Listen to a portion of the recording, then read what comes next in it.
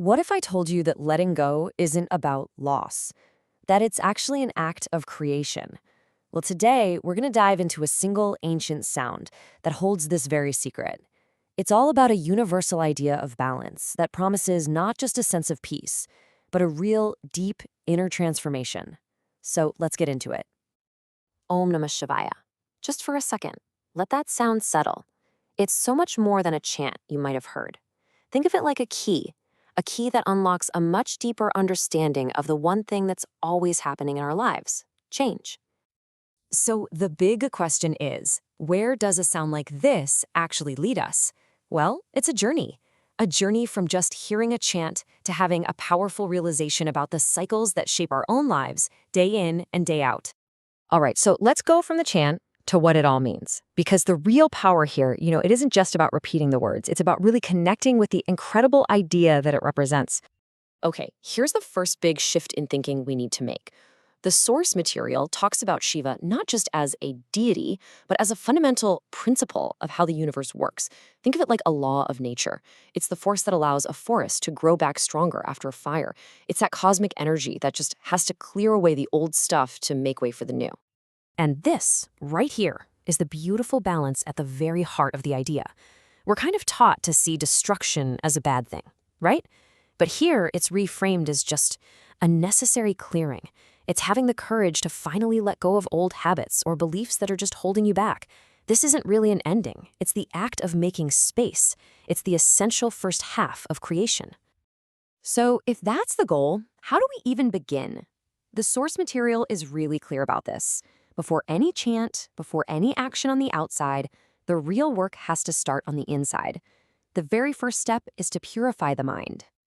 And the process breaks down into 3 simple but pretty profound steps.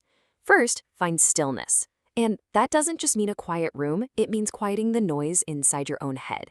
Second, set your intention. Get really honest with yourself. What are you actually looking for? Is it clarity, peace, maybe just the strength to let something go? And then the last one, which is maybe the hardest, release your expectations. Just approach this with an open heart without needing a specific result. The journey really is the destination here. Okay, with a clear mind and a pure intention, we're ready for the next piece of the puzzle, the offering. But it's probably not what you're thinking. See, the key thing to get here is that an offering is not a transaction. It's not an I do this so the universe gives me that kind of deal.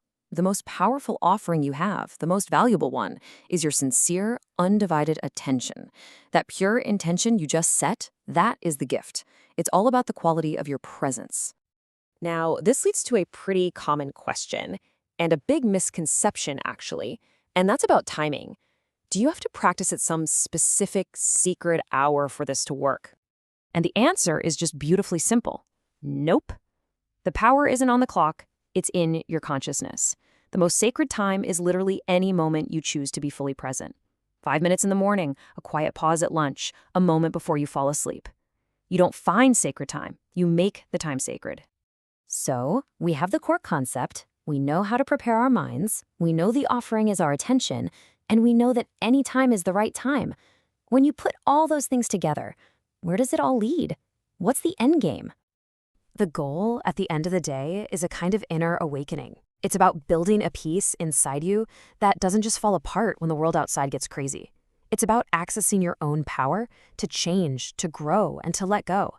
And really, this whole awakening thing is just about seeing yourself and your life with total, honest clarity. And so we land right back at the heart of it all. The entire practice really boils down to this one powerful truth. To create, you have to be willing to clear things out. To find balance, you have to be willing to destroy the patterns and beliefs that just don't work for you anymore. Only then can you make enough space for something new, something more authentic, to finally grow. So the final question isn't really for me to answer, it's for you.